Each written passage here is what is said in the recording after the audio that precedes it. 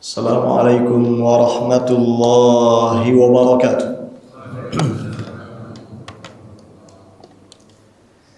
Alhamdulillah hamdan katsiran tayyiban mubarakan fih mubarakan alaih kama yuhibbu rabbuna wa yarda. Ashhadu an la ilaha illallah wahdahu la syarika lah wa ashhadu anna Muhammadan abduhu wa rasuluh. Allahumma salli wa sallim ala nabiyyina Muhammadin wa ala alihi wa ashabihi wa man ittaba'ahum bi ihsanin ila yaumiddin. Rabbana iftah bainana wa baina qaumina bil haqqi wa anta khairul fatihin. Allahumma inna nas'aluka ilman nafi'an wa rizqan tayyiban wa amalan mutaqabbala. Amma ba'd. Jamaah sekalian rahimani Allahu wa iyyakum. Melanjutkan pelajaran fiqih dari kitab yang berjudul Al-Fiqhul Muyassar fi Dhawil Kitab was Sunnah. Buah karya tim dari para ulama yang insyaallah ta'ala dirutinkan pada setiap Sabtu pekan keempat setelah salat subuh di Masjid Al-Faruq yang sama-sama kita cintai. Semoga Allah ta'ala senantiasa menjaga segenap pengurus, jamaah, dan para ustadznya dalam kebaikan. Jamaah sekalian rahimani Allahu wa iyyakum. Pada pertemuan di bulan lalu kita sedang mempelajari bab yang ke-10, yaitu bab tentang salat Jumat, dan bab berikutnya ialah bab ke-11, yaitu tentang salat khauf. Namun sebelum memasuki bab yang ke-11 masih ada sedikit subbahasan pada bab tentang salat Jumat yang belum kita sebutkan, yang belum kita bacakan, yaitu di subbahasan yang ke-9 dan yang ke-10. Jamaah sekalian rahimani Allahu wa iyyakum, kita selesaikan terlebih dahulu subbahasan yang ke-9. Subbahasan yang ke-9 yaitu kaifiyat atau tata cara salat Jumat. Kaifiyat atau tata cara salat Jumat.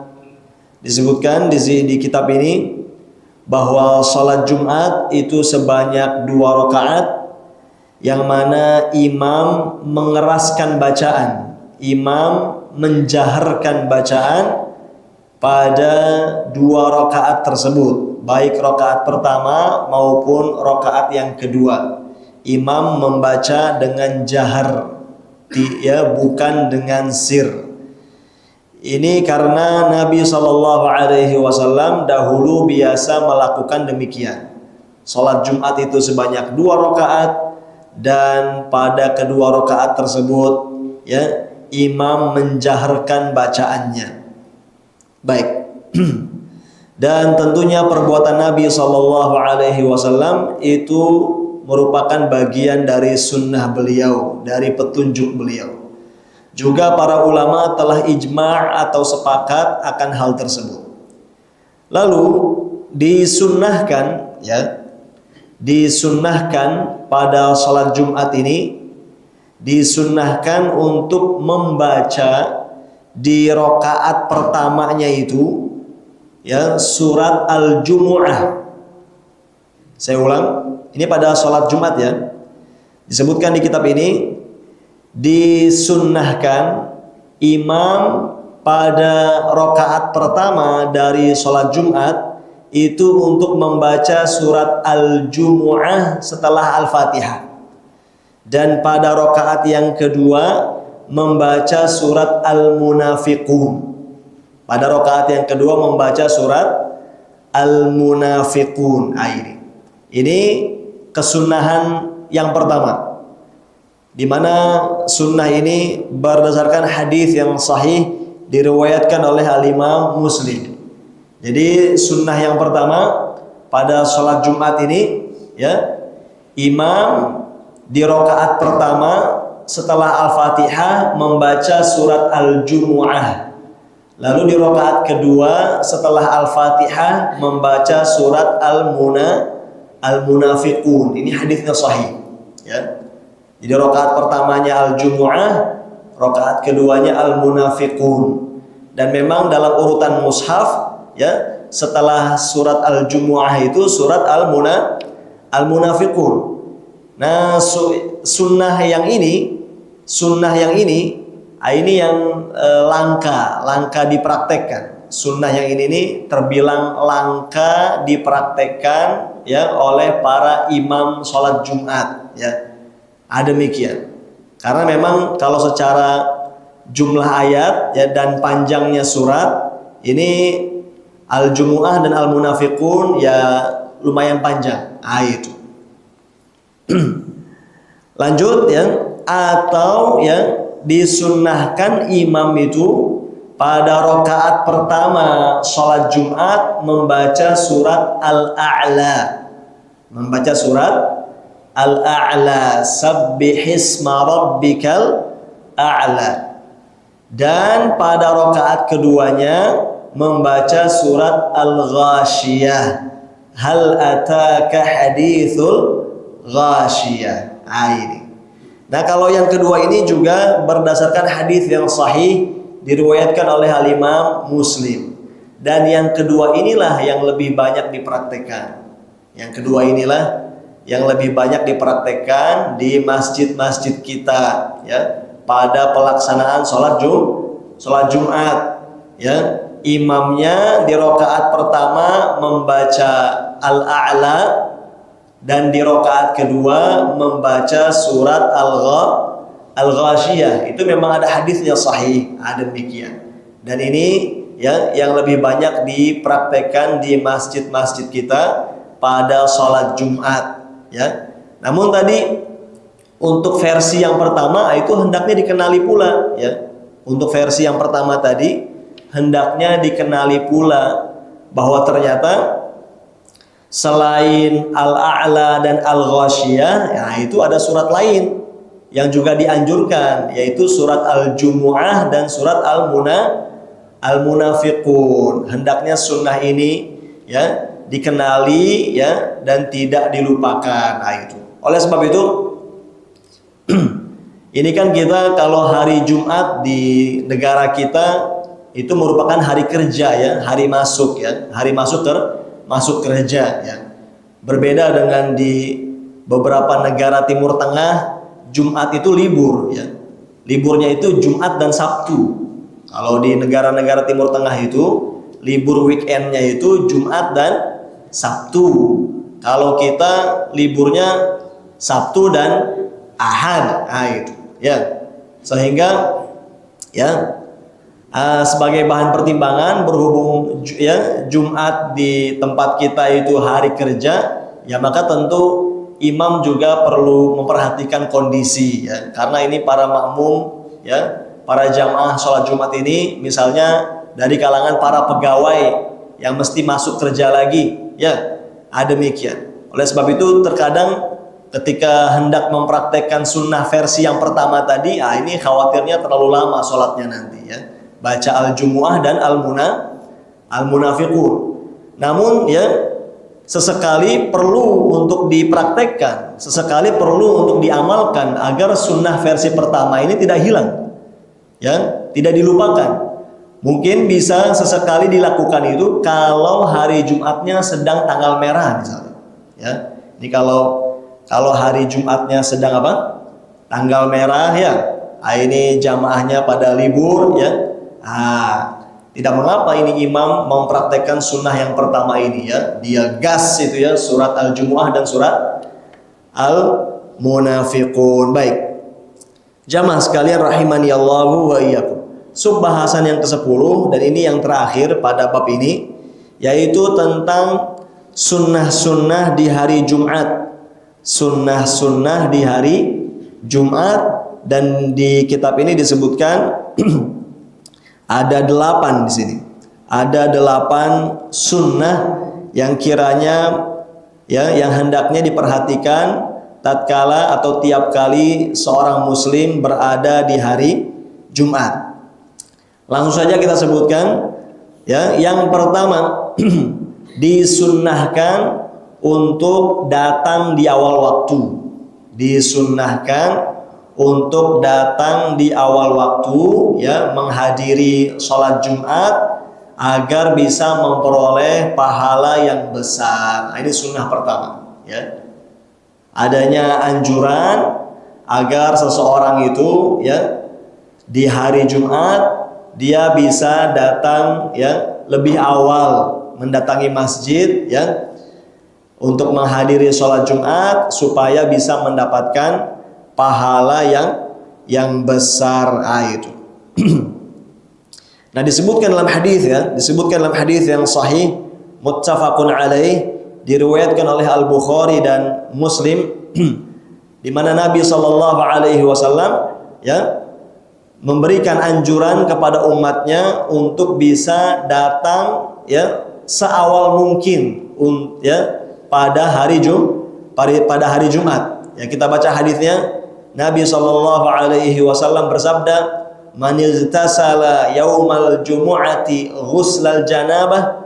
Barang siapa yang mandi pada hari Jumat seperti dia mandi junub, thumma raha fis sa'atil ula faka'annama qarraba badanatan. Kemudian dia berangkat ke masjid di saat yang pertama, maka seakan-akan dia telah berkurban seekor unta dulu ya. Seekor apa? Seekor unta, alias seakan-akan dia mensedekahkan ya seekor unta. Lanjut, wa man raha fis sa'ati tsaniyah faka'annama qarraba baqarah. Dan barang siapa yang berangkatnya di saat yang kedua, maka seakan-akan dia telah berkurban seekor sapi. Wa man raha fis sa'ati tsalitsah faka'annama qarraba kabshan aqran. Dan barang siapa yang berangkat ke masjidnya di saat yang ketiga, maka seakan-akan dia telah berkurban seekor kambing yang bertanduk. Lanjut, wa man raha fis sa'ati rabi'ah faka'annama qarraba dajajah. Dan barang siapa yang berangkat ke masjidnya di saat yang keempat, maka seakan-akan dia telah berkurban seekor ayam. Nah, makna kurban di sini kata para ulama ialah bersedekah, bukan jadi dalil Idul Adha nanti ada jamaah bawa ayam ya. Ini saya mau kurban ayam ya. Bukan ya. Jadi makna kurban di sini adalah bersedekah ya. Kalau pada Idul Adha ya, itu hewan-hewan kurbannya terbatas, hanya unta, sapi dan kambing. Adapun ayam ya itu tidak bisa dijadikan hewan kurban. Lanjut, wa man raha fis sa'atil khamisah faka'annama qarraba baydah. Dan barang siapa yang datang ke masjidnya itu di saat yang kelima, maka seakan-akan dia berkurban, yakni bersedekah dengan sebutir telur. Ya. Ini. Lanjut. Fa idza kharajal imamu hadaratil malaikatu yastami'una dzikra. Lalu apabila imam alias khatib telah datang ya, telah hadir untuk menaiki mimbar, maka para malaikat pun turut hadir. Mereka hendak menyimak khutbah yang disampaikan. Nah, itu. Ini hadis Nabi sallallahu alaihi wasallam. Di dalamnya terkandung apa? Anjuran agar berangkat mendatangi masjid untuk sholat Jumat itu seawal mungkin. Demikian ya, seawal mungkin. Nah, kalau seandainya ditanya itu bagaimana pembagian tadi ya, saat pertama, saat kedua, saat ketiga sampai saat kelima tadi. Yang datangnya di saat pertama ya itu seperti bersedekah unta. Urut berikutnya ya bersedekah sapi, kambing, ayam, telur tadi. Ya. Itu membagi waktunya bagaimana?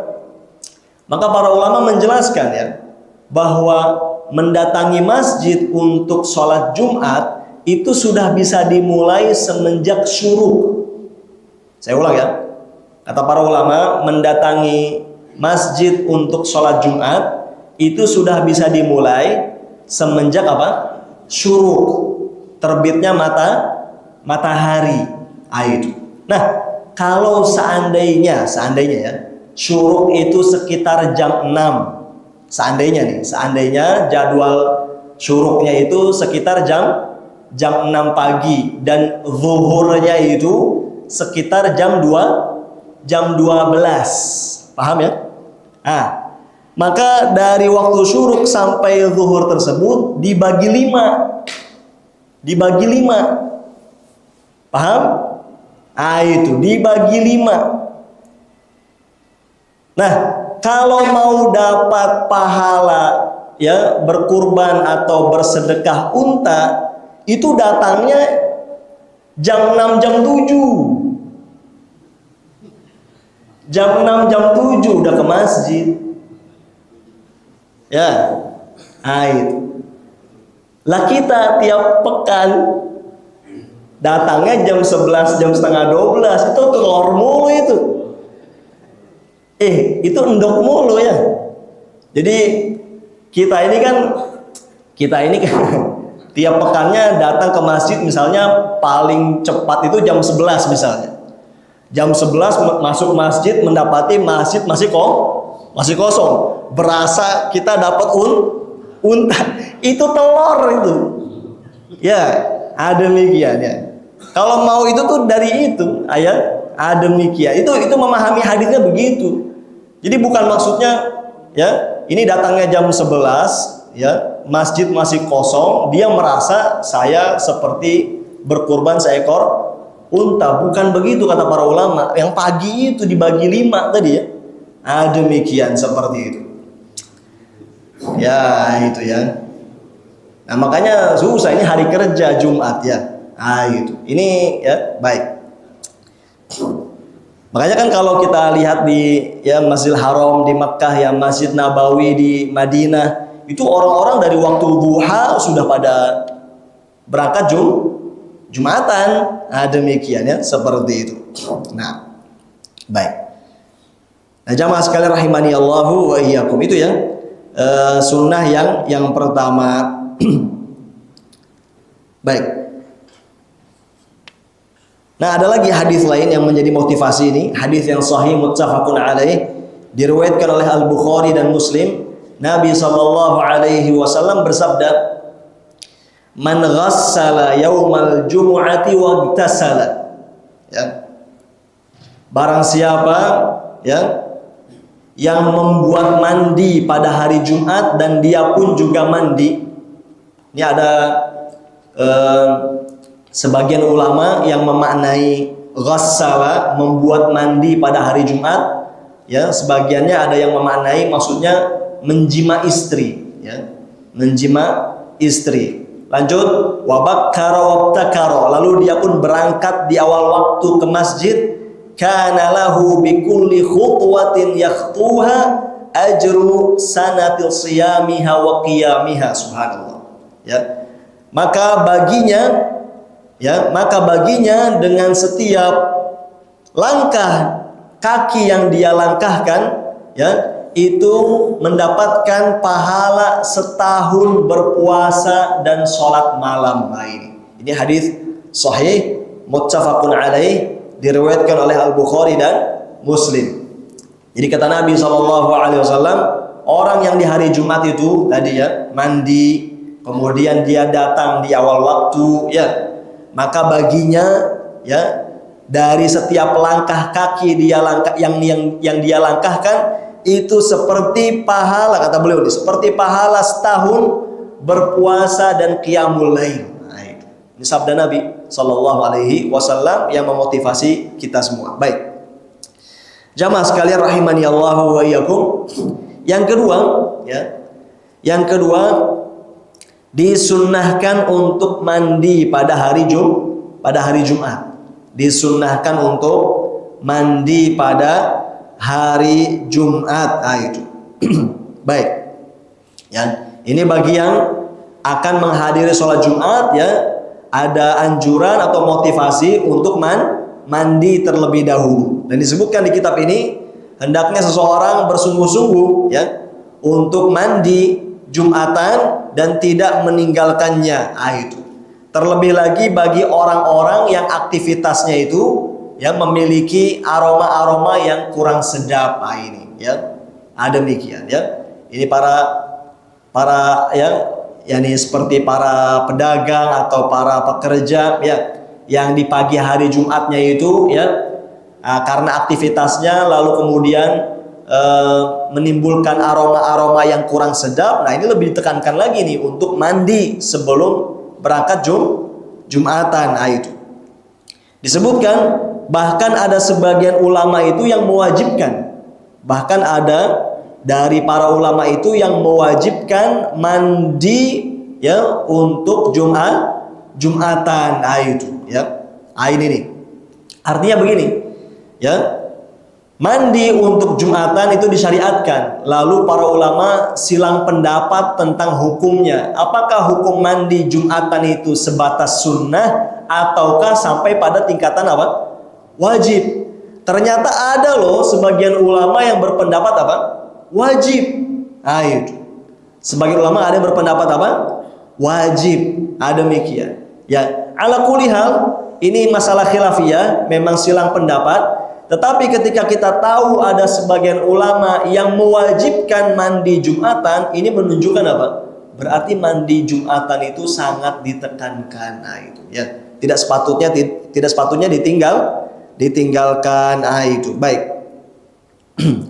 Itu yang menyatakan wajib itu berdasarkan sabda Nabi sallallahu alaihi wasallam dalam hadis yang sahih diriwayatkan oleh Al-Bukhari dan Muslim. Nabi sallallahu alaihi wasallam bersabda, "Ghuslul jumu'ati wajibun ala kulli muhtalim." Mandi Jumat itu wajib atas setiap pria yang sudah baligh. Itu. Ini nih. Ini yang menjadi dasar ya sebagian ulama yang mewajibkan ya mandi Jumatan, dan tentunya ya pendapat ini lebih hati-hati ya. Pendapat ini lebih hati-hati ya, dan hendaknya jangan ditinggalkan kecuali kalau ada uzur. Itu. Baik. Ya. Jamaah sekalian rahimani Allahu wa iyyakum. Yang ketiga ya, disunnahkan untuk menggunakan wangian. Disunahkan untuk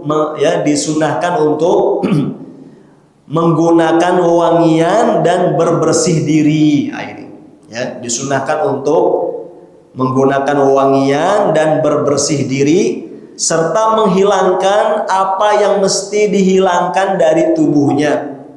Ya, seperti menggunting kuku dan semisalnya. Itu. Baik. Jadi berbersih diri ini ya, ini merupakan perkara ekstra selain mandi tadi ya. Yang demikian agar kondisi fisik seseorang ya lebih baik ya. Demikian. Nah, disebutkan di sini yang dimaksud dengan berbersih diri ya untuk sholat Jumat itu bisa dengan melakukan sunnah-sunnah fitrah ya, bisa dengan melakukan apa? Sunnah-sunnah fitrah. Seperti apa tadi?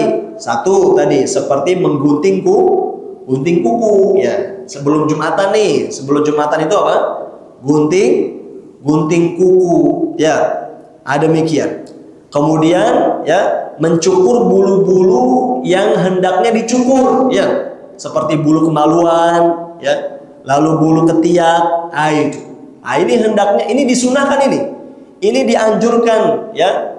Sebelum berangkat Jumatan, di samping mandi, di samping menggunakan ya wewangian, ini ya berbersih diri dengan cara ya melaksanakan sunnah-sunnah fitrah tadi. Di antaranya menggunting kuku ya, mencukur bulu kemaluan ya, lalu mencabut bulu ketiak, kemudian apa? Memendekkan kumis ya, atau memotong kumis. Itu. Ya. Ini sunnah-sunnah fitrah yang hendaknya bisa dilakukan sebelum Jumatan ya. Tadi kita sebutkan ada 4 tadi sunnah fitrahnya ya. Ada 4 tadi. Ya. Coba hitung lagi tadi. Yang pertama menggunting kuku. Ya. Yang kedua mencukur bulu kemaluan. Yang ketiga mencabut bulu ketiak. Yang keempat ya, itu memotong kumis. Nah, ini ya. Ini bisa dilakukan ya sebelum berangkat Jumatan. Itu berdasarkan sabda Nabi sallallahu alaihi wasallam dalam hadis ya, yang beliau sebutkan, la yaghtasilu rajulun yaumal jumu'ati, tidaklah seseorang mandi pada hari Jumat, wa yatatahharu mastata'a min tuhrin, lalu dia pun berbersih diri apa yang dia mampu, wa yadahinu min duhni, lalu pun dia menggunakan minyak rambut, au yamassu bitib au yamassu min tibi baiti, atau dia juga ya menggunakan wewangian yang ada di rumahnya. Itu ya. Ini ya. Dan disebutkan oleh Al-Hafidz Ibnu Hajar rahimahullah bahwa yang dimaksud dengan berbersih diri ya, itu bisa dengan melakukan sunnah-sunnah fitrah tadi. Baik. Jamaah sekalian rahimani Allah wa iyyakum.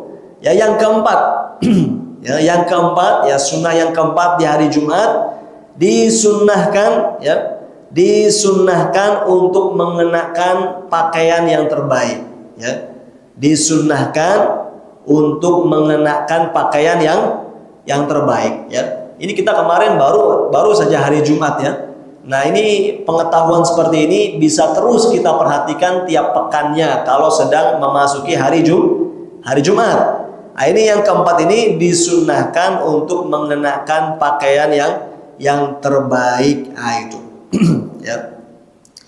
Nah, disebutkan dalam hadis nih dalilnya nih ya, hadis Ibnu Umar, semoga Allah meridhai keduanya ya. Anna Umar ibn Khattab, disebutkan di sini ya, bahwasanya sahabat Umar bin Al-Khattab radhiyallahu anhu ya, itu pernah melihat ya sebuah pakaian yang bagus ya, sebuah pakaian yang bagus di sisi pintu masjid ya. Yani beliau mendapati itu ya, ada pakaian bagus ya. Lalu beliau berkata, wahai Rasulullah sallallahu alaihi wasallam ya, sekiranya engkau bisa membeli pakaian bagus seperti itu, lalu engkau ya kenakan pada hari Jumat, itu ya, demikian ya. Dan juga apabila ada utusan tamu ya yang datang kepadamu, itu ya. Nah, dari perkataan Umar tadi ya, para ulama yang seperti Al-Bukhari rahimahullah ya, itu berdalil tentang adanya anjuran mengenakan pakaian terbaik ya untuk Jumatan ya. Itu demikian pula ditegaskan oleh Al-Hafidz Ibnu Hajar rahimahullah. Ini ada lagi dalil lain ya, hadis ini ya, hadis yang diriwayatkan oleh, hadis yang sahih diriwayatkan oleh Abu Daud dan selainnya ya. Nabi sallallahu alaihi wasallam bersabda, ma'ala ahadikum law ishtara thawbaini liyaumil jumu'ati siwa thawbai mihnatihi. Nah, kata Nabi sallallahu alaihi wasallam, mengapa salah seorang di antara kalian tidak membeli ya pakaian ya untuk hari Jumat selain pakaian kerjanya. Ini sabda Nabi nih sallallahu alaihi wasallam ya. Di mana hadis tersebut terdapat anjuran ya, bahwa Nabi sallallahu alaihi wasallam memotivasi agar ya umatnya yang Jumatan itu bisa mengenakan pakaian khusus Jumatan selain pakaian kerjanya. Nah, itu kalau bisa begitu kata Nabi sallallahu alaihi wasallam ya. Jadi ya, pakaian kerja, pakaian aktivitas di pagi harinya yang dia kenakan itu tidak dia kenakan untuk sholat Jumat ya, tapi dia ya menyiapkan pakaian khusus yang lain untuk sholat Jumat. Itu yang dianjurkan. Tidak wajib memang, tapi itu dianjurkan ya. Baik. Yang kelima ya, sunnah kelima yang juga dianjurkan pada hari Jumat ialah disunnahkan untuk memperbanyak bersolawat kepada Nabi Sallallahu Alaihi Wasallam, ya, baik di siang hari Jumat ataupun di malam harinya. Itu ini sunnah ini. Artinya, ya, di hari Kamis, ya, ketika sudah masuk waktu maghrib, nah ini masuk malam Jumat, berarti sudah pindah hari, ya, sudah pindah hari memasuki hari Jumat. Maka semenjak malam Jumat itu sampai, ya, siang hari Jumat dan seterusnya, pokoknya selama masih di hari Jumat itu terdapat anjuran untuk apa? Memperbanyak solawat kepada Nabi Sallallahu Alaihi Wasallam. Artinya begini, kita tahu bahwa berzikir itu dianjurkan kapanpun dan dimanapun, ya. Dan yang hendaknya diperhatikan oleh seorang muslim, kalau sedang berada di hari Jumat, maka zikir yang banyak dia ucapkan adalah bersolawat untuk Nabi Sallallahu Alaihi Wasallam. Jadi tatkala di rumah, di jalanan, di tempat kerja, di tempat usaha, bersolawat untuk Nabi Sallallahu Alaihi Wasallam. Nah, ini di saat hari Jumat, ya, kita bisa mengucapkan, ya, membaca sholawat Ibrahimiyah yang biasa kita baca ketika tasyahud, ya. Allahumma salli ala Muhammad wa ala ali Muhammad kama sallaita ala Ibrahim wa ala ali Ibrahim innaka Hamidum Majid. Allahumma barik ala Muhammad wa ala ali Muhammad kama barakta ala Ibrahim wa ala ali Ibrahim innaka Hamidum Majid. Nah, itu terus diperbanyak itu kalau sedang hari Jumat, ya. Berdasarkan sabda Nabi Sallallahu Alaihi Wasallam dalam hadis yang sahih diriwayatkan oleh Abu Daud dan selainnya, beliau bersabda, "Aktsiru minas salati alayya yaumal jumu'ah." Perbanyaklah oleh kalian untuk bersolawat atasku pada hari Jumat. Nah, memang ada dalilnya dari Nabi Sallallahu Alaihi Wasallam. Nah, sunnah yang keenam pada hari Jumat, nah ini termasuk sunnah yang juga, ya, banyak dilupakan dan ditinggalkan oleh umat Islam, ya, yaitu disunnahkan, ya, disunnahkan pada sholat subuh hari Jumat itu imam membaca surat As-Sajdah dan surat Al-Insan. Nah, ini, ya, ini sunnah yang keenam ini. Disunnahkan imam pada, perhatikan, ya, disunnahkan imam pada sholat subuh hari Jumat untuk membaca surat As-Sajdah dan surat Al-Insan, ya. Artinya di rakaat pertama, ya, setelah membaca Al-Fatihah itu membaca surat As-Sajdah. Di rakaat kedua setelah membaca Al-Fatihah membaca surat Al-Insan. Nah, ini sebagaimana, ya, apa yang dirutinkan oleh Nabi Sallallahu Alaihi Wasallam sebagaimana dalam hadis yang sahih diriwayatkan oleh Al-Bukhari. Jadi Nabi itu Sallallahu Alaihi Wasallam, beliau biasa merutinkan pada sholat subuh hari Jumat membaca surat As-Sajdah dan surat Al-Insan, ya. Dan sunnah yang dimaksud adalah membaca kedua surat tersebut dari awal sampai selesai. Bukan sebagian surat, bukan hanya beberapa ayat, tapi dari awal hingga selesai. As-Sajdah dari awal hingga akhir, Al-Insan juga dari awal hingga akhir. Ini sunnah Nabi Sallallahu Alaihi Wasallam yang sudah cukup banyak ditinggalkan oleh umat Islam di masjid-masjid mereka. Ya, lagi-lagi tadi di antara kendalanya adalah hari Jumat ini hari kerja, ya. Hari Jumat hari apa? Hari kerja, ya. Tidak sedikit dari jamaah atau makmum sholat subuh itu, ya buru-buru, ya. Beres sholat subuh sudah harus apa? Langsung berangkat. Kalau tidak cepat-cepat berangkat bisa terjebak macet misalnya. Itu. Jadi kadang-kala, ya, terkendala untuk menerapkan sunnah ini. Karena surat As-Sajdah dan surat Al-Insan ini lebih panjang lagi. Lebih panjang lagi ketimbang yang tadi itu. Ketika Jumatan Al-Jumu'ah dan Al-Munafiqun. Ya, ini As-Sajdah dan Al-Insan lebih panjang lagi. Nah, itu sunnahnya, ya, membaca sempurna surat As-Sajdah dan surat Al-Insan, ya. Tidak seperti sebagian orang yang punya persepsi, persangkaan, ya, pada subuh hari Jumat pokoknya membaca surat yang ada ayat sajdahnya untuk bisa melakukan sujud tilawah. Bukan begitu, ya.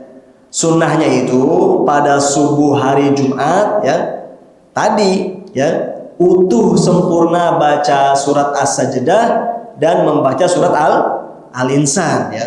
Sebagian orang ada yang punya anggapan pokoknya yang penting surat yang ada apanya? Yang ada sujud tilawahnya. Enggak begitu, bukan begitu sunnahnya. Jelas, ya? Ada demikian. Nah, tapi di sebagian tempat, ya, di sebagian tempat mungkin juga di kampung-kampung itu masih ada, ya, yang menghidupkan sunnah ini, ya, baca As-Sajdah dan Al-Insan, ya. Itu ketika sholat subuh, ya. Alhamdulillah, hebat, ya. Di Al-Masjid Al-Faruq, ya. Alhamdulillah. Maka semoga Allah Ta'ala istiqomahkan dan mudahkan selalu. Nah, bagus satu. Ini jadi percontohan, ya. Rutin, ya, Jumat subuh di sini, ya. Nah, bagus. Nah, baik. Di sebagian tempat, termasuk di tempat saya, agak susah ini, ya. Nah, itu agak susah karena jamaahnya masih ini juga. Nah, itu dan belum memaklumi semuanya, ya. Kecuali kalau semua sudah teredukasi, sudah mengerti, paham sunnah, itu mudah. Ya, kadang-kala kita mesti menunda pelaksanaan sunnah ketika belum siap. Ah, demikian. Baik. Nah, kalau memang di sini sudah dipraktekkan, walhamdulillah. Nah, nikmat besar. Baik, ya. Makanya seringkali kita jadi diingatkan ketika sholat subuh ternyata imamnya baca As-Sajdah. Ah, hari Jumat berarti ini. Ya, hari Jumat berarti ini, ya. Baik. Dan juga diantara bentuk hikmah pula dalam melaksanakan sunnah ini, ya. Itu kalau sekiranya ingin lebih diringankan, ya maka imamnya bisa membacanya dengan ritme yang agak cepat. Nah, itu dengan ritme yang agak cepat. Kan kalau kita belajar tajwid, ya, dalam membaca Al-Qur'an itu ada beberapa tingkatan ritme, ya. Ada yang lambat, ada yang sedang, ada yang cepat. Nah, itu. Nah, ini kalau seandainya ingin lebih meringankan jamaah, ya imamnya bisa membacanya dengan ritme yang apa? Yang agak cepat. Nah, itu, ya. Jangan sampai ini As-Sajdah panjang, Al-Insan panjang, bacanya ritme lambat, ya. Ini udah ngegerutu biasanya jamaah itu kadang-kala. Nah, ya. Baik. Dan lebih santai lagi ketika hari Jumatnya tanggal merah tadi, ya. Kalau hari Jumatnya tanggal merah, nah, lebih santai lagi. Baik. Masih di yang keenam ini, ya. Ada pula anjuran atau kesunahan untuk membaca surat Al-Kahfi di hari Jumat, ya. Membaca surat Al-Kahfi di hari Jumat. Kalau yang tadi itu di sholat subuh hari Jumat. Kalau ini, ya, di hari Jumat di jam berapapun, ya, masing-masing, ya, bisa atau dianjurkan untuk membaca surat Al-Kahfi, ya, berdasarkan hadis yang disahihkan oleh Syekh Al-Albani rahimahullah. Hadis diriwayatkan oleh Al-Imam Al-Hakim. Nabi SAW bersabda, "Man qara'a surat Al-Kahfi yaumal jumu'ati sata'a lahu nurun min tahti qadamihi ila ananis sama'i yudhi'u bihi yaumal qiyamah wa ghufira lahu ma bainal jumu'atain." Kata Nabi SAW, barang siapa yang membaca surat Al-Kahfi pada hari Jumat, maka, ya, dia akan disinari oleh cahaya dari bagian bawah kakinya hingga ke langit sana yang akan meneranginya pada hari kiamat nanti, dan dia akan diberikan ampunan atas dosa-dosa yang terjadi di antara dua Jumat. Ini nih keutamaannya besar, ya. Keutamaan membaca surat Al-Kahfi di hari Jumat. Keutamaan pertama tadi akan mendapatkan cahaya. keutamaan yang kedua tadi akan mendapatkan ampunan. Itu baik. Yang ketujuh sedikit lagi ya. Sunnah yang ketujuh nih. Sunnah yang ketujuh dianjurkan bagi orang yang memasuki masjid pada hari Jumat agar dia tidak duduk hingga dia sholat dulu 2 rakaat tahiyatul masjid. Itu. Ini berdasarkan perintah Nabi Sallallahu Alaihi Wasallam akan hal tersebut, sebagaimana dalam hadis yang sahih diriwayatkan oleh Al-Bukhari. Itu. Ya, bahkan disebutkan di sini, dan hendaknya orang tersebut ya meringankan sholat tahiyatul masjidnya apabila imam sedang berkhutbah. Artinya apa? Siapapun yang datang memasuki masjid untuk Jumatan, maka hendaknya jangan langsung duduk ya, tapi sholat dulu 2 rakaat tahiyatul masjid sekalipun khatib sedang berkhutbah ya. Sekalipun khatib sedang berkhutbah, tetap orang yang datang ke masjid untuk Jumatan itu ya jangan langsung duduk ya, tapi sholat dulu 2 rakaat ya. Meskipun tadi ya sekalipun khatibnya sedang berkhutbah, tetap sholat tahiyatul masjid dulu. Dan kalau khatibnya sedang berkhutbah, ya sholat tahiyatul masjidnya diringankan, dipercepat. Itu baik, agar bisa menyimak khutbah. Yang ke-8 ini yang terakhir pada sunnah di hari Jumat ya, yaitu disunnahkan atau dianjurkan memperbanyak doa. Memperbanyak doa ya, terutama di waktu mustajab. Terutama di waktu mustajab ya. Yang mana waktu mustajab ini ada ya, yang mana waktu mustajab ini selalu ada setiap hari Jumatnya, setiap pekan ya. Ini berdasarkan sabda Nabi Sallallahu Alaihi Wasallam dalam hadis yang sahih diriwayatkan oleh Al-Bukhari dan Muslim.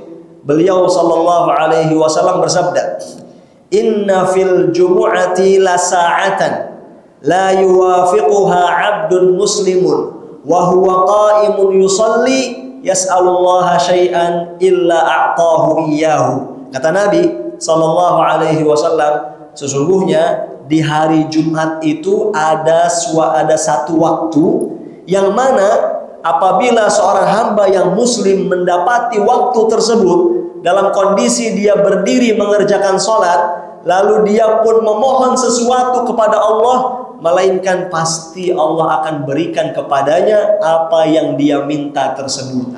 Ini nih ya, artinya dalam hadis ini Nabi Shallallahu Alaihi Wasallam mengabarkan bahwa setiap hari Jumat itu ada waktu mustajab ya, yang mana kalau seorang muslim bertepatan dengan waktu tersebut, dia meminta sesuatu kepada Allah pasti dikasih, kata Nabi Shallallahu Alaihi Wasallam. Ini dengan penuh keyakinan, dengan penuh iman kepada Allah Subhanahu wa Ta'ala. Nah, kemudian para ulama ya menjelaskan kapan tepatnya waktu tersebut di hari Jumat ya. Maka berdasarkan dalil-dalil yang ada ya, nah, sebagian ulama itu ada yang menyimpulkan bahwa waktu yang dimaksud itu ba'da asar ya.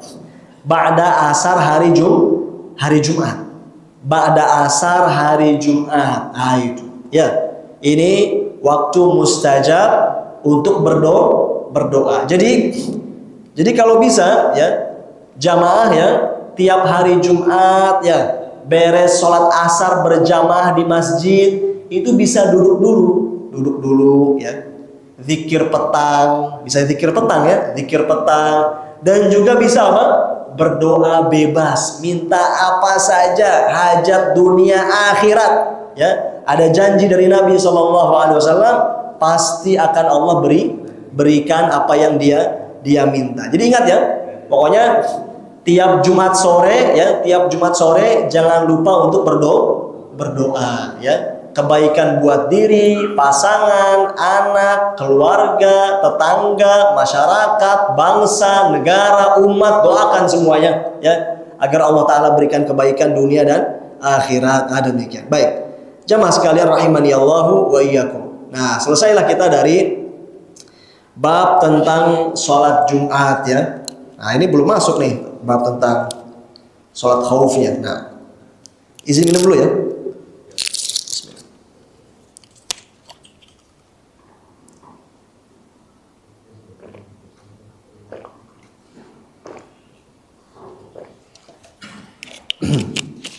Baik jamaah sekalian rahimani Allah wa iyyakum.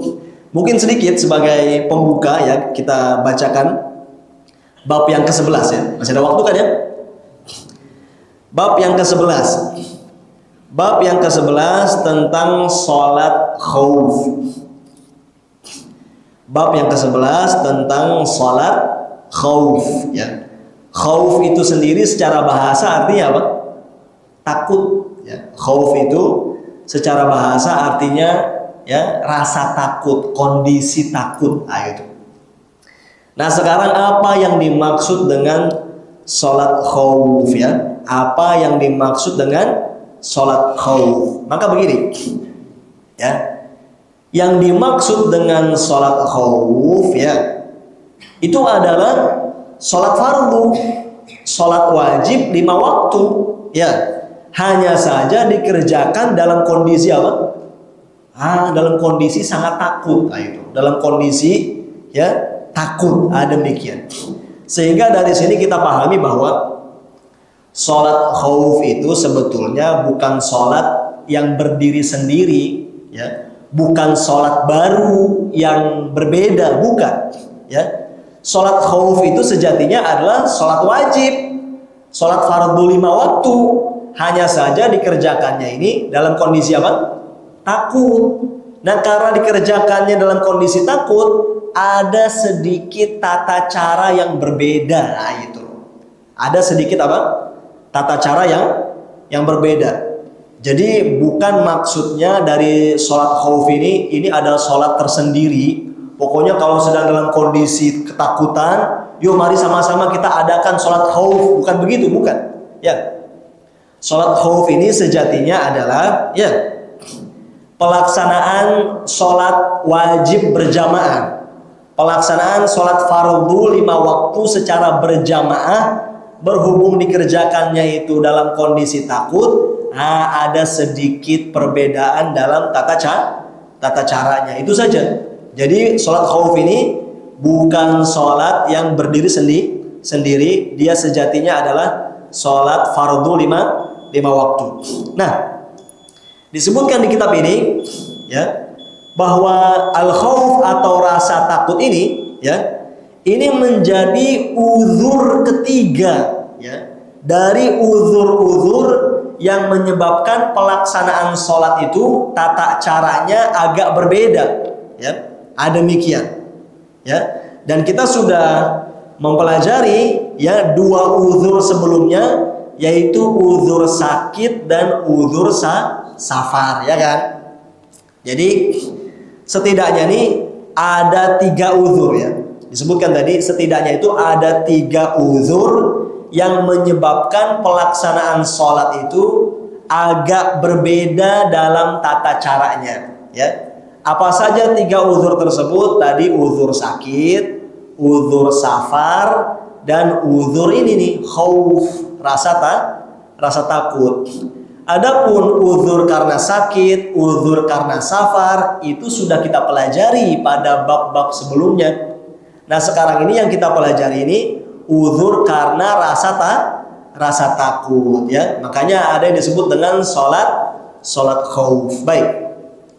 Jamaah sekalian rahimani Allah wa iyyakum, kita mulai dengan masalah atau subbahasan yang pertama tentang hukum sholat khauf, dalil ya pensyariatannya dan juga syarat-syaratnya. Ini kita mulai dengan yang pertama, hukum sholat khauf.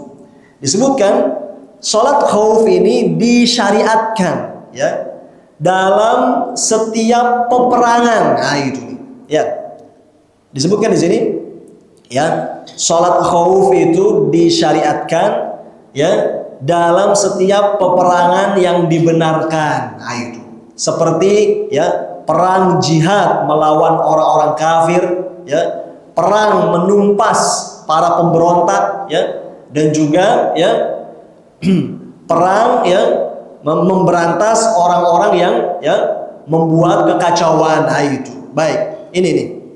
Ya.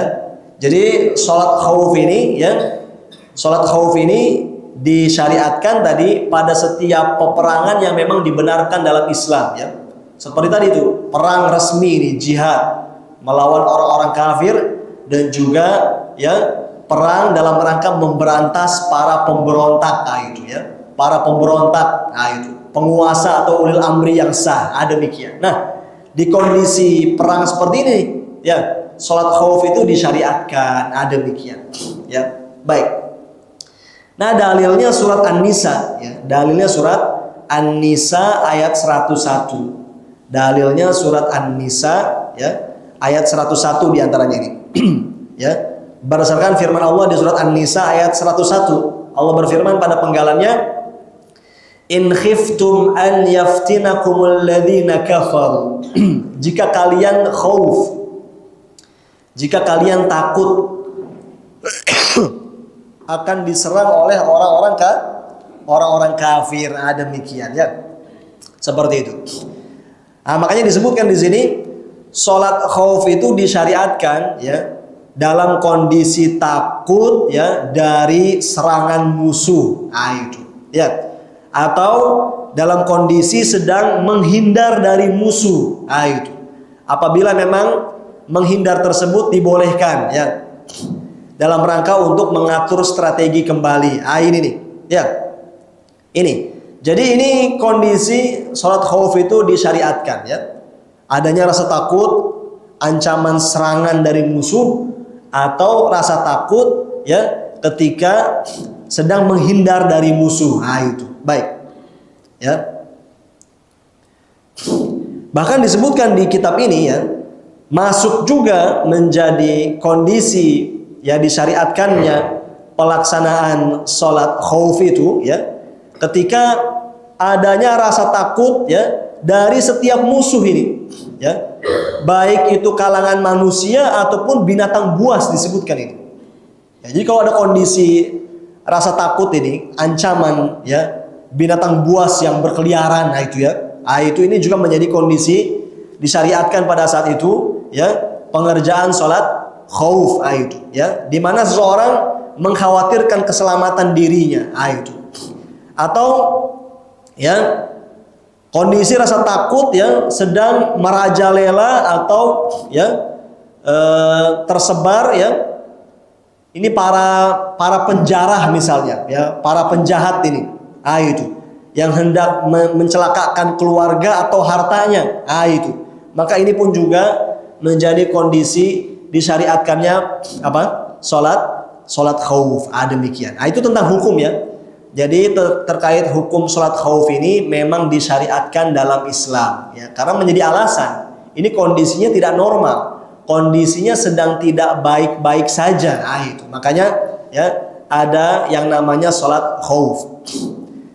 Yang kedua di sini ya, adapun dalil yang mensyariatkan salat khauf, maka dalilnya itu berdasarkan Al-Qur'an, As-Sunnah, dan juga ijma' para ulama. Itu. Adapun dalil dari Al-Qur'an itu di surat An-Nisa ayat 102. An-Nisa ayat 102. Nah, ini lanjutan dari ayat tadi itu, An-Nisa 101 ya. Di surat An-Nisa ayat 102 Allah Ta'ala berfirman mengenai tata cara atau sifat salat apa? Salat khauf. Allah Ta'ala berfirman, "Wa idza kunta fihim fa aqamta lahumus salata." Apabila engkau wahai Rasul sallallahu alaihi wasallam sedang berada bersama mereka para mujahidin, lalu engkau hendak mendirikan salat untuk mereka, faltakum ta'ifatum minhum ma'aka, maka hendaklah ada segolongan dari mereka yang berdiri salat bersamamu, wal ya'khudhu aslihatahum, dan hendaklah mereka mengambil senjata-senjata mereka. Ini lanjut. Fa idza sajadu ya, lalu apabila mereka telah sujud, ya, ini gelombang yang pertama, kalau sudah sujud, falyakunu min waraikum ya, maka hendaklah ya mereka lanjut berpindah ke belakang kalian. Ini ya, Lanjut, wal ta'ti ta'ifatun ukhra lam yusallu falyusallu ma'aka. Lalu hendaklah datang ya gelombang yang berikutnya yang mereka belum sholat, hendaklah mereka sholat bersamamu. Wal ya'khudhu hidrahum wa aslihatahum, dan hendaklah mereka mengambil kesiapan dan senjata-senjata mereka. Ini nih. Jadi ayat ini menjadi dasar dalil ya tentang disyariatkannya sholat apa? Sholat khauf. Dan di ayat tersebut juga terdapat penjelasan tata caranya. Nah, nanti akan ada poin tentang kaifiyat tata cara sholat khauf. Singkatnya begini cuplikannya ya. Kalau tadi dalam ayat tadi dijelaskan ya, di antara ya dijelaskan tata cara pelaksanaan sholat khauf. Nah, kalau kita merujuk kepada hadis-hadis Nabi Shallallahu Alaihi Wasallam yang sahih, kita akan dapati bahwa tata cara sholat khauf ini itu beragam sebetulnya. Ada beberapa cara, ada beberapa kaifiyat, ya, yang semuanya dibenarkan ya kalau berdasarkan dalil yang sahih. Ini. Nah, kalau tata cara yang disebutkan dalam Al-Quran tadi, ya, tata cara yang disebutkan dalam Al-Quran tadi, ya, Allah sebutkan tadi. Jadi, ya, pasukan ini dibagi menjadi dua. Pasukan ini dibagi menjadi dua golongan, ya, dua kelompok atau dua gelombang, ya. Jadi gelombang pertama nih, ya, gelombang pertama sebagian pasukan, nah ini ikut berjamaah, ya, bertakbiratul ihram bersama imam. Sebagiannya lagi masih berjaga-jaga. Itu. Sebagiannya lagi apa? Masih berjaga-jaga. Itu. Ya. Jadi gelombang pertama ini ya ikut sholat berjamaah bersama imam, ya, melakukan takbiratul ihram. Nah, disebutkan tadi ya kalau sudah menyelesaikan rakaat pertama, ya, kalau sudah apa? Menyelesaikan rakaat pertama, ya, lalu bangkit ke rakaat yang kedua, itu imam tetap menunggu berdiri. Imam itu apa? Tetap menunggu berdiri. Nah, gelombang yang pertama ini ya menyelesaikan sholatnya sendiri. Jadi ikut bersama imam yaitu cuma rakaat pertama. Nah, ini caranya kan agak beda ini. Ini caranya agak beda ya. Jadi gelombang pertama ini ikut berjamaah bersama imamnya itu apa? Cuma rakaat pertama saja. Itu ya. Jadi imamnya ini ya ketika bangkit ke rakaat kedua, imamnya tetap berdiri. Nah, ini para makmum gelombang pertama mereka menyelesaikan sholatnya sendiri. Nah, imamnya menunggu berdiri. Begitu caranya. Ya. Lalu ketika gelombang pertama ini selesai, mereka berpindah. Ya. Untuk gantian berjaga, nah masuklah gelombang yang kedua. Nah, masuk gelombang kedua ini bergabung dengan imam tadi. Jadi imamnya tadi itu berdiri nunggu. Imamnya tadi itu apa? Berdiri menunggu, tidak melanjutkan sholatnya, tapi menunggu sampai gantian gelombang kedua masuk. Itu. Baru kemudian, ya, melanjutkan sholatnya bersama-sama secara berjamaah. Itu ya. Kalau kondisi para pasukan itu kondisinya adalah musafir, maka berlaku qashar. Berlaku apa? Berlaku qashar. Misalnya musafir nih, qashar. Yang tadinya 4 jadi 2. Demikian. Seperti itu. Makanya tadi misalnya kalau sedang qashar 2 rakaat ya, gelombang pertama itu ikut bersama imam di rakaat pertamanya. Ya, ikut bersama imam apa? Di rakaat pertamanya. Itu mendapati takbiratul ihram. Nah, ketika naik berdiri rakaat kedua, imamnya diam menunggu berdiri. Gelombang pertama menyelesaikan rakaat kedua sendiri. Selesai gantian datang gelombang yang kedua, ikut bergabung bersama imam itu. Imamnya nungguin. Nah, imamnya kan ini ya, imamnya ini kan apa? Tinggal tersisa 1 rakaat ya kan. Sedangkan gelombang kedua ini kan baru bergabung 1 rakaat, masih ada 1 rakaat lagi. Demikian. Nah, itu. Jadi kalau imamnya tinggal 1, kalau yang gelombang kedua masih ada 1 rakaat lagi. Demikian. Baik, ya. Beres. Walhamdulillahirabbil alamin ya, berhubung waktu sudah pukul 6. Belum selesai ini, belum selesai, masih ada sedikit bahasan tentang hal tersebut.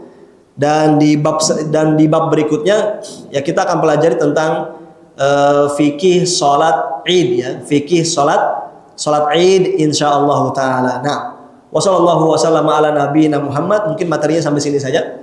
Nanti dilanjut lagi. Kalau ada yang ingin disampaikan maka dipersilakan. Nah, kalau ada silakan.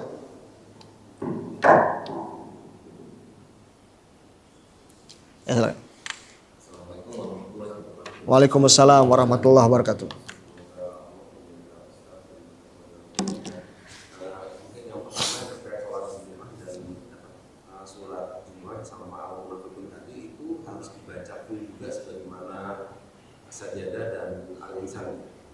Baik. Itu pertanyaan itu. Baik. Terima kasih banyak. Semoga Allah Ta'ala menjaga Bapak dan kita semua dalam kebaikan. Ya. Pada sholat Jumat ya, tadi ada kesunahan rakaat pertama membaca Al-Jumu'ah, rakaat kedua membaca Al-Munafiqun ya. Itu. Sunnahnya memang full tadi, ya Al-Jumu'ah sempurna, Al-Munafiqun juga sempurna, ya seperti halnya Al-A'la dan Al-Ghasyiyah juga dibaca sempurna. Itu kalau mau mengejar sunnahnya ya begitu prakteknya. Tapi kalau seandainya, bagaimana kalau ada yang membaca cuma sebagian? Maka jawabnya secara keabsahan ya sah sholatnya. Oh dalam sholat itu baca apa aja sah ya. Yang mudah pun juga sah. Hanya saja yang nggak dapat sunnahnya. Sunnahnya itu kalau mau dapat ya full tadi. Seperti itu. Wallahu a'lam. Nah, yang lain masih ada? Ya silakan. Waalaikumsalam warahmatullahi wabarakatuh. Untuk membaca surat Al-Kahfi itu kan tadi di hari Jumat. Nah, kalau yang saya pahami di sini kebanyakan orang itu membacanya malam Jumat, Ustaz. Itu gimana? Baik, terima kasih banyak. Semoga Allah Ta'ala menjaga Bapak dan kita semua dalam kebaikan. Maka jawabnya, ya, ada redaksi hadis yang lain yang memang ada penyebutan malam juga ada. Penyebutan malam juga ada. Jadi baik malam maupun yang siang harinya. Itu ada redaksi bunyi seperti itu. Itu satu. Yang kedua, ya, malam itu pun sudah memasuki hari Jumat. Kan kita kalau pergantian hari itu di maghrib ya, bukan jam 12. Kalau jam 12 itu pergantian hari Masehi ya. Kalau hari Hijriyah itu pergantiannya di waktu maghrib.